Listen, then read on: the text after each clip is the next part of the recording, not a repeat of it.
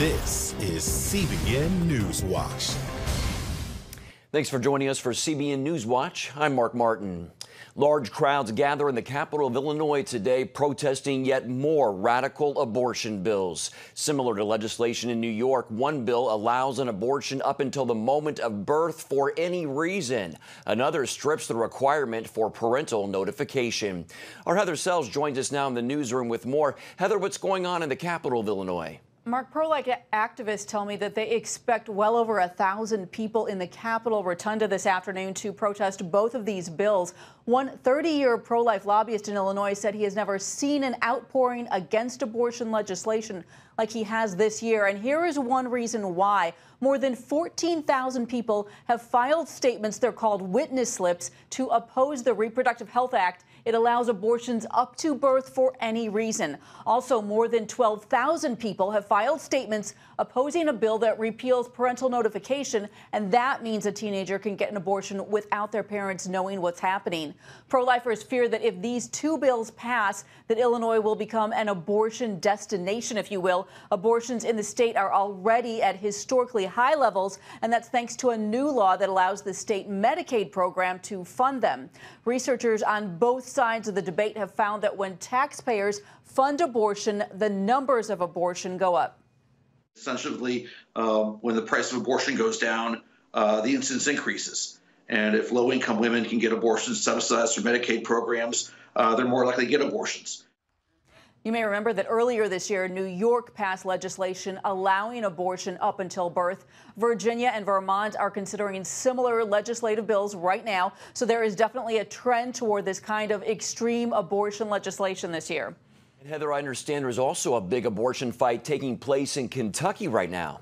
Yes, the governor there is defending a new pro-life law. It bans a woman from seeking to abort her child because of gender, race, or disability. The ACLU has sued. They're saying the law removes a woman's right to abortion. But Governor Matt Bevin says the law bans discrimination against fetuses. So it sounds like abortion advocates are in effect defending discrimination here, Heather. Yes, that's exactly right, Mark. Okay, thanks so much for your report.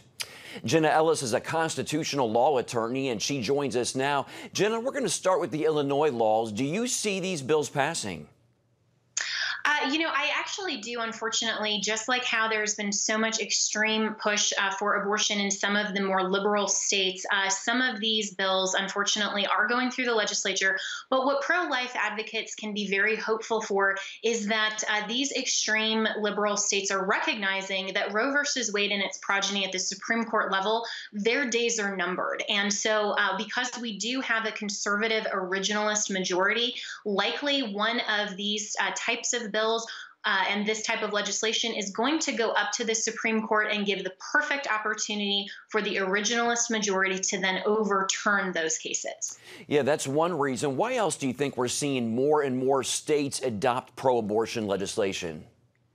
Unfortunately, we're seeing the abortion on demand with the extreme progressive liberal movement. And so as the Democratic Party in particular becomes even further progressive left, and as we stray further and further from God's truth, we're seeing a split really in culture where abortion on demand and not recognizing that all human beings are made in the image of God, this kind of recognition that women have this so-called a right to choose is being pushed further and further in these extreme states because that's part of the liberal progressive agenda. And this is why pro-life advocates have to not just talk about the legislation in particular, not just talk about pro-life as a legislative issue, but we really need to bring it down to the Christian worldview level and talk about why all human beings are made in the image of God and why this isn't just a policy issue. This is really a life and truth and cultural issue. And we have to make sure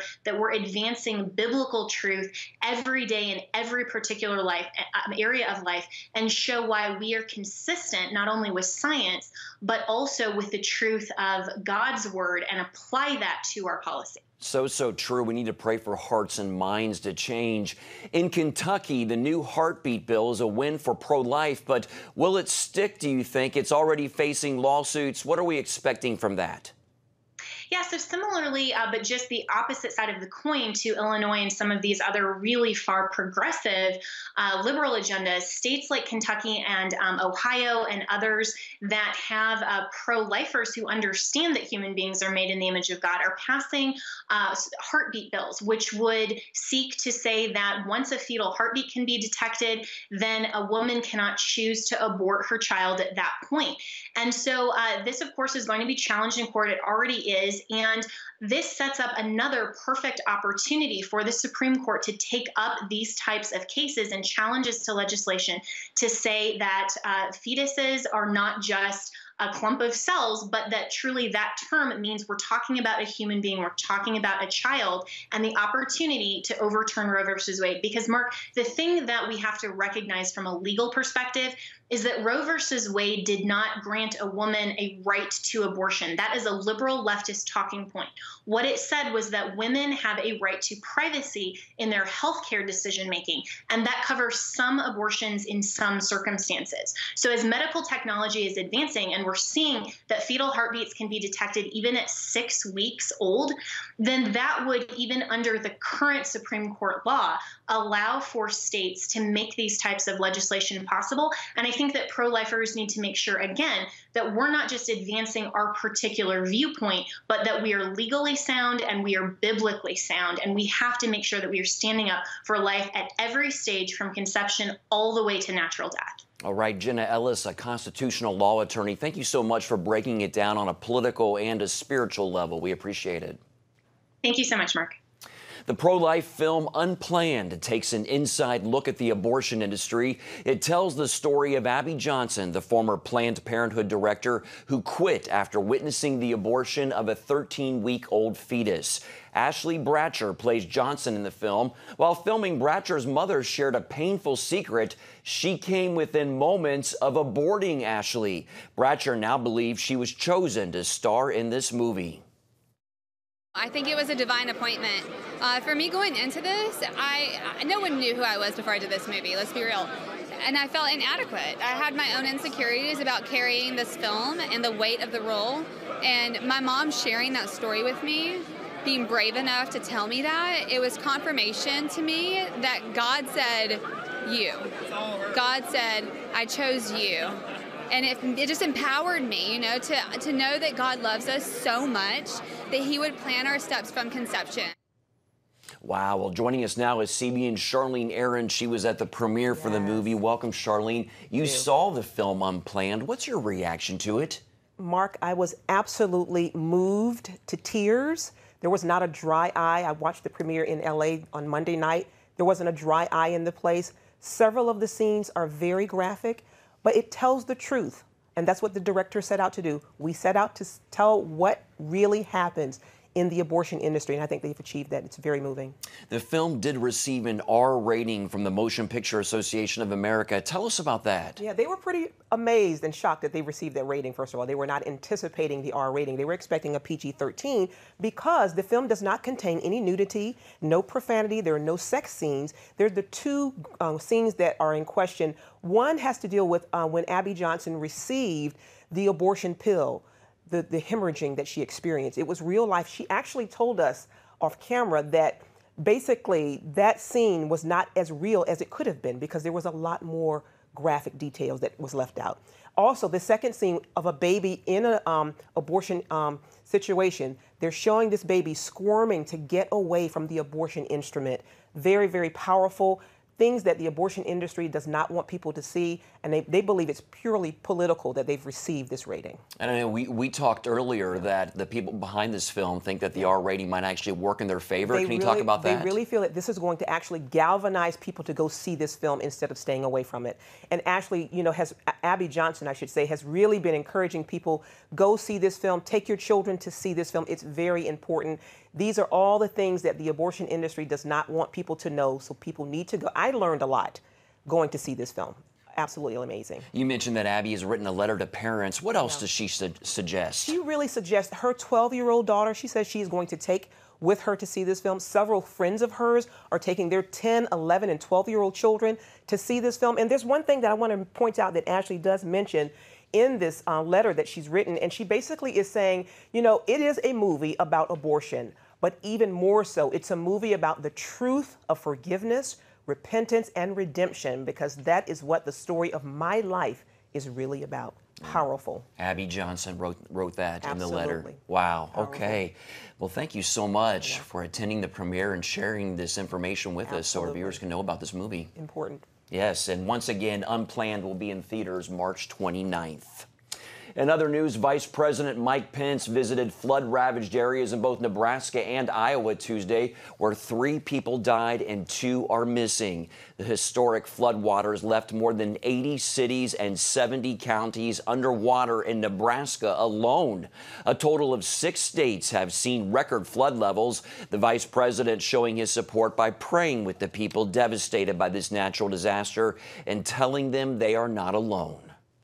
To all the families that have seen their homes flooded, seen livestock lost, who have had their lives, their communities upset by these extraordinary floods and severe weather, our message is this: we're with you. Pence promised that federal resources and aid would be provided for families in need. Repairing public property could cost more than $500 million, and agricultural losses could be double that.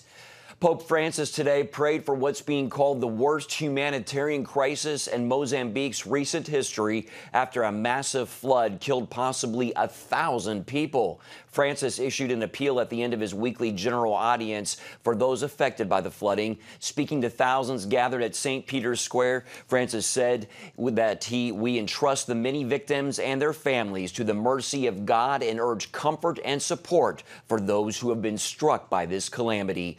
Aid workers are rescuing victims from trees and rooftops as the flooding is so catastrophic that it created what's being called an inland ocean. Mozambique's president says 400,000 are left homeless. The damage isn't over yet, as heavy rains are expected to continue in that part of Africa through Thursday. Wow, a lot to be in prayer about. Coming down, we sat down with Brazil's president in an exclusive interview. We'll have more on that next.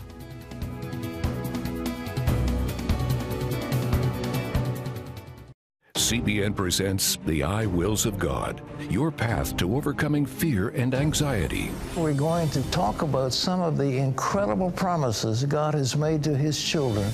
In Pat Robertson's newest teaching, you'll discover the I Wills of God.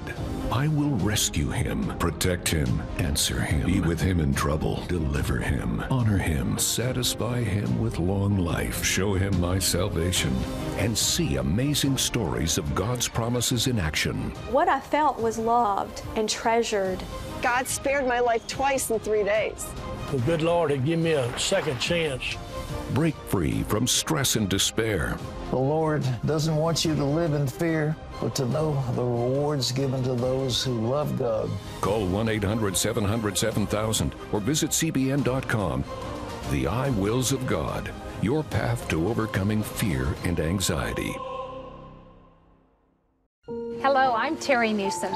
Did you know there are more than 148 million orphans in the world today? 148 million. But it was 3 little girls that taught me about the plight of orphans. My husband and I spent nearly a month immersed in the daily activities of a Ukrainian orphanage as we waited to adopt 3 sisters. I saw firsthand the utter loneliness, the pain of rejection, and the overwhelming desire to be loved. That experience changed me forever. And out of it grew a ministry from my heart called Orphans Promise. Today, we're helping orphans and vulnerable children in more than 50 countries worldwide. Thousands of children are now in safe homes. They're being educated, and they're learning life skills. I'm asking you to join with me and become family to these children. Will you call the number on your screen right now? Because every child deserves a chance to be happy. Welcome back. President Trump met with Brazilian President Jair Bolsonaro Tuesday.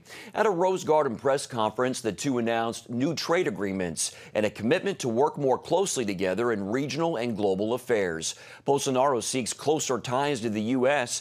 In fact, he's been dubbed the Trump of the tropics. Bolsonaro sat down with CBN's George Thomas in D.C. Tuesday to talk about the views he has in common with our president and why he has the strong support of Brazil's evangelicals. To a large extent, I support what Trump does. He wants to make America great, and I also want to make Brazil great. I also have concerns about the indiscriminate entrance of foreigners without any criteria. But beyond this, we are both Christians and are God-fearing men. The evangelicals of Brazil are equivalent to a third of the population and are growing. I had massive support from them because until recently, they had no one to support who shared their values and faith.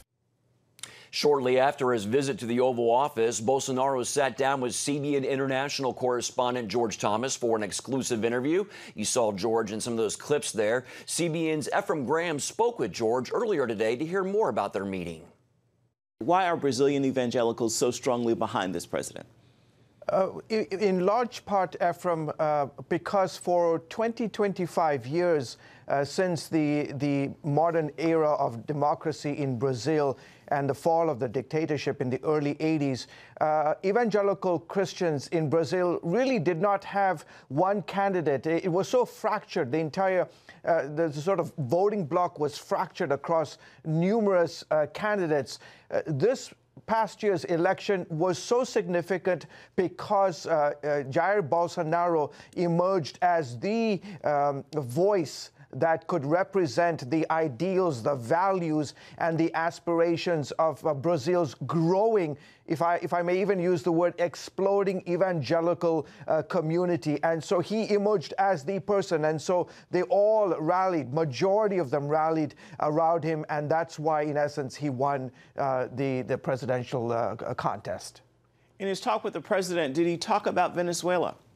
Oh, absolutely. It was at the top of the agenda, in addition to bilateral trade and other foreign policy issues. Venezuela was numero uno, if I may use that phrase, primarily because Venezuela sits to the southern border of Brazil. And so it's a huge concern for the Brazilians. Thousands of Venezuelans have crossed the border seeking shelter and refuge in Brazil. And also, incidentally, shortly after President Trump came out and said that Nicolas Maduro, the socialist president of Venezuela, had to step down and recognized the interim leadership of Juan Guaido, Jair Bolsonaro came right in line with President Trump, along with some 60 other heads of state around the country, around the world. And so it was a monumental shift for Brazil. Why? Because Brazil has historically held a sort of anti-American foreign policy attitude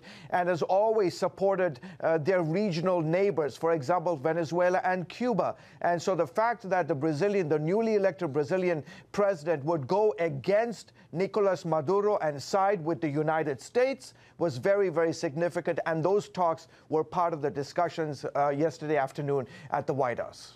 Jair Bolsonaro also met with evangelical leaders following the interview. Tell us about that.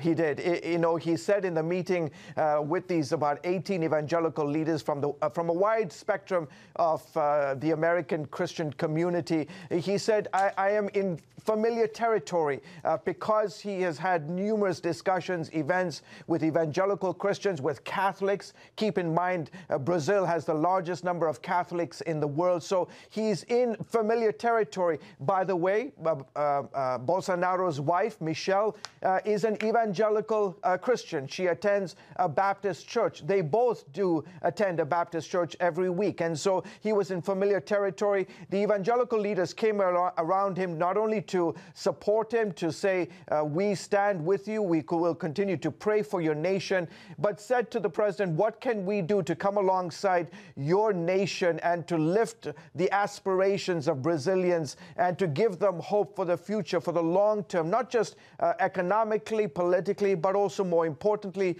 for the men and women around that table spiritually. What can we do? And so they prayed for him and encouraged him to say that the Christians in America are praying for him, praying for the nation of Brazil, and whatever they can do to help his nation, they will do so. They also agreed that they will join their efforts to bring relief and desperate humanitarian supplies and other facilities and other needs to the Venezuelans in Brazil. All right, Senior National Correspondent George Thomas, thank you so much for your time. You're welcome, sir. President Bolsonaro also met with a group of prominent American evangelical leaders, and among them the Christian Broadcasting Network's Dr. Pat Robertson and Gordon Robertson and evangelist Reinhard Bonnke. The American delegation prayed for Bolsonaro and promised to stand with his administration as he fights to protect Brazil's Christian heritage and family values. They also pledged to help Brazil provide humanitarian relief for those suffering in Venezuela.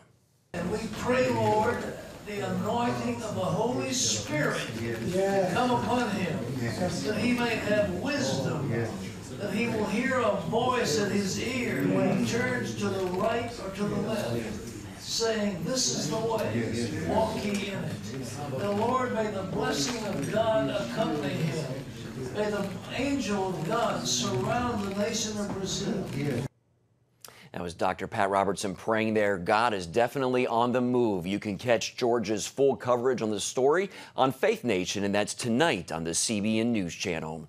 Well, don't go anywhere. We'll be back right after the break. Parents, the Superbook Bible app is a great way to get your child reading the Bible, because in today's busy world, we can use some help.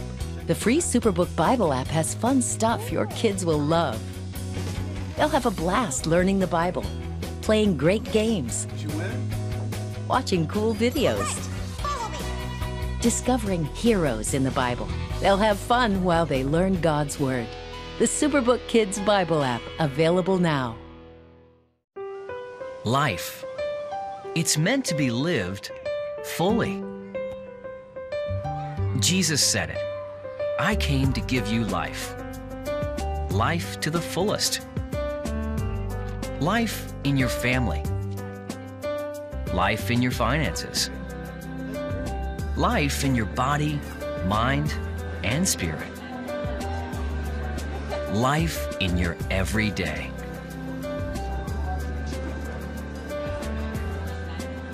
At CBN.com, we're taking what Jesus said seriously.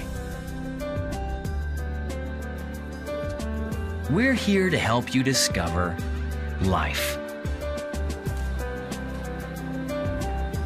Life. Live it fully. CBN.com.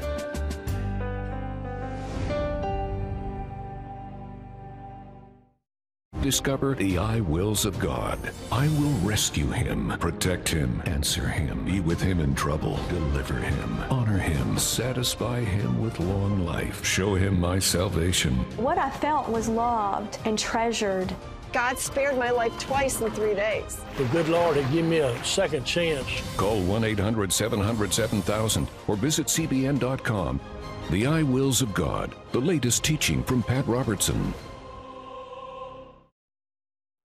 Parents across Santa Ana, California were recently stunned when they found out their middle school-age children went to an LGBT fair. Parents said they had not been notified at all about the fair, nor even given the option for their child to attend or opt out. The Family Research Council reported people were dressed in drag and giving makeup lessons to the 11-year-olds in the school building.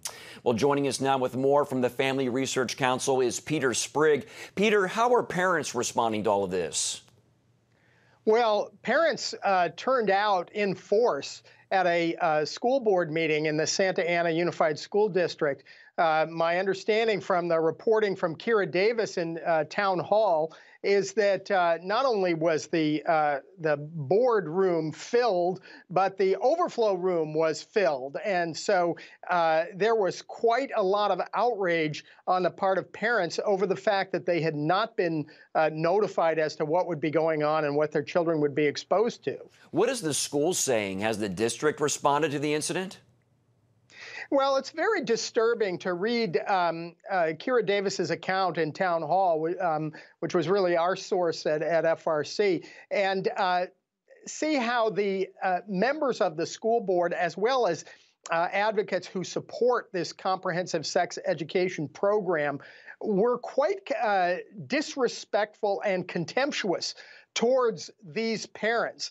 And this is notwithstanding the fact that the new sex education law that was adopted several years ago in California requires parental notification. It gives parents the option to opt their children out of this type of curriculum or this type of activity. So we had concerns about the passage of that law, the so-called California Healthy Youth Act, which was signed into law in 2015. But even the provisions of that law, which were designed to protect parents, it seems are not being observed. And the school board, at least in the Santa Ana School District, seems to have no shame about that. Then quickly, do you think there's a double standard when it comes to the situation versus religion and prayer in the schools? Well, yeah, there certainly is a hostility to religion, and there is a hostility to viewpoints that may even be perceived as motivated by religion. Whereas anything that is serving the interest of this, you might even call it the new religion of the sexual revolution, is going to be promoted, and they will even sidestep, regulations on the books in order to promote this radical ideology and agenda. Okay, Peter Sprigg with Family Research Council. Thank you, sir. Thank you. And we'll be right back. Stay with us.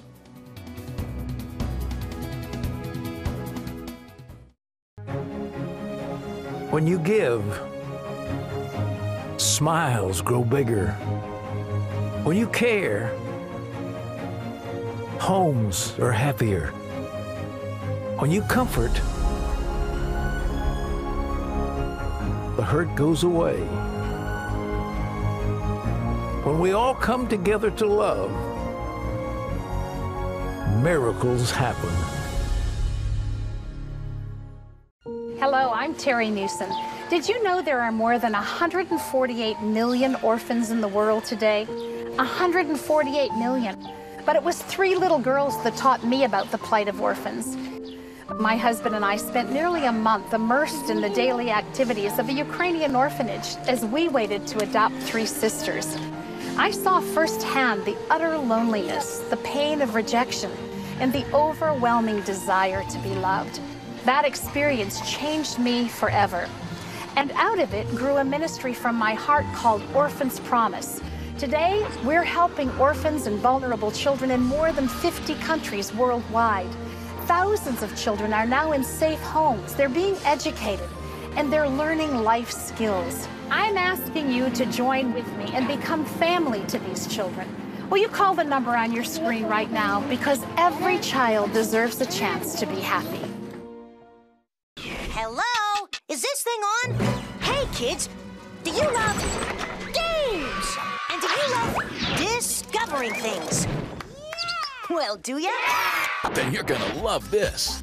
It's the new free Superbook Kids Bible app. You can play games, watch videos, find answers to your questions, and a whole lot more. The new Superbook Kids Bible app. Free downloads available on iTunes and Google Play now.